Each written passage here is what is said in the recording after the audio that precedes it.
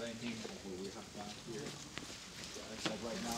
Try out the Kinect this weekend, see how it works, and see how the interaction works with hand gestures. I can show you here. You have to surrender.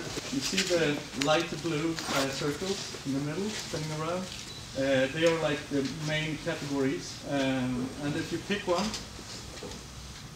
like this, you can scroll through the subcategories as well, and eventually you'll be able to pick one just by stretching out your hand, and that image, it will probably be an image on the subcategory explaining what you're picking. You can interact with it quite simple right now. I mean, it needs to be tweaked a lot, but the interaction works. That was almost perfect. Cool. Next one.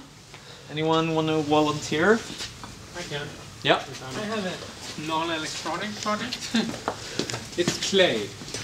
This cannon here, where you press out clay in long strings, and then you can build stuff with them.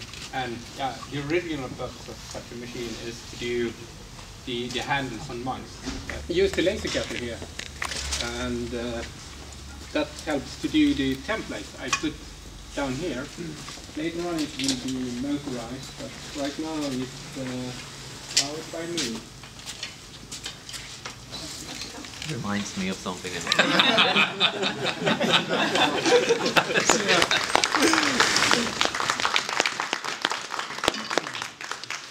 Okay, next thing. Someone? Is the next table? Yeah. There's no queen. I was just experimenting with ferrofluids and their reactions to magnets and electromagnets. So what's a ferrofluid? A ferrofluid is a liquid that has metallic particles suspended in it. And I found out I had too small of particles at first, so it didn't create what I wanted it to. So luckily someone here had larger flakes for me. And then the next problem that I had was that they won't stay suspended within the fluid. They come together. So I tried to do something else that would make them stay suspended, and that didn't work either. So I learned a lot of things that don't work.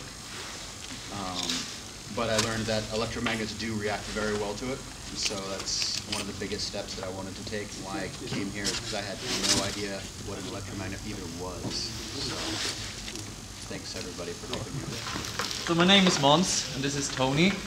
And Tony had a really beautiful amplifier at his office, which was two similar cubes.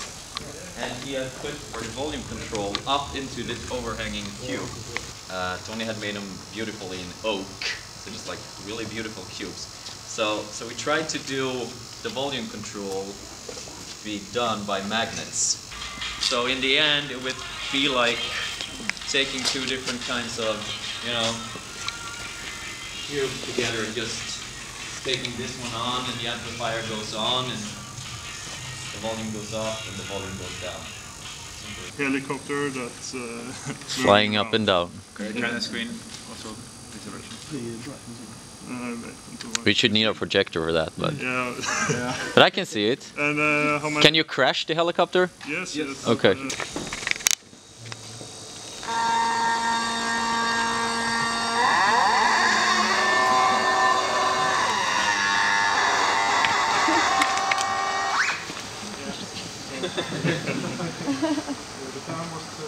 So this is our omnidirectional robot, which means that we've got a robot platform that's it's going to be able to move in any direction, so it doesn't have to turn first.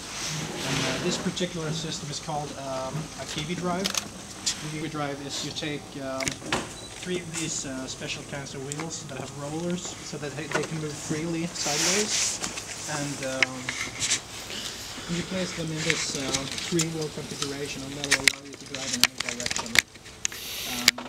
We've been wanting to make it from only standard components, so the design is it can be printed in any formula linear material. If you don't have access to like a laser cutter or a CNC, I suppose you could also just cut the pieces square and glue them together if you'd like to do that instead. We use only M5, M4 and M3 screws and threaded rods, so it can be easily reproduced. So it's gonna be available from a web browser basically, so you can get online, queue up for some control time, and control the robot for maybe 10 minutes at a time or something like that. And it's also going to be an experimentation platform basically for people who want to try out like mapping algorithms and We designed it, the shape yesterday, and printed it with the laser cutter and plexiglass. And yeah, we're using an Arduino, a really powerful RGB LED, and a microphone with an amplification kit. And we're making it react to certain sounds. The blues like the bass, and like if you put music to it, for example, like it's loud enough to get red.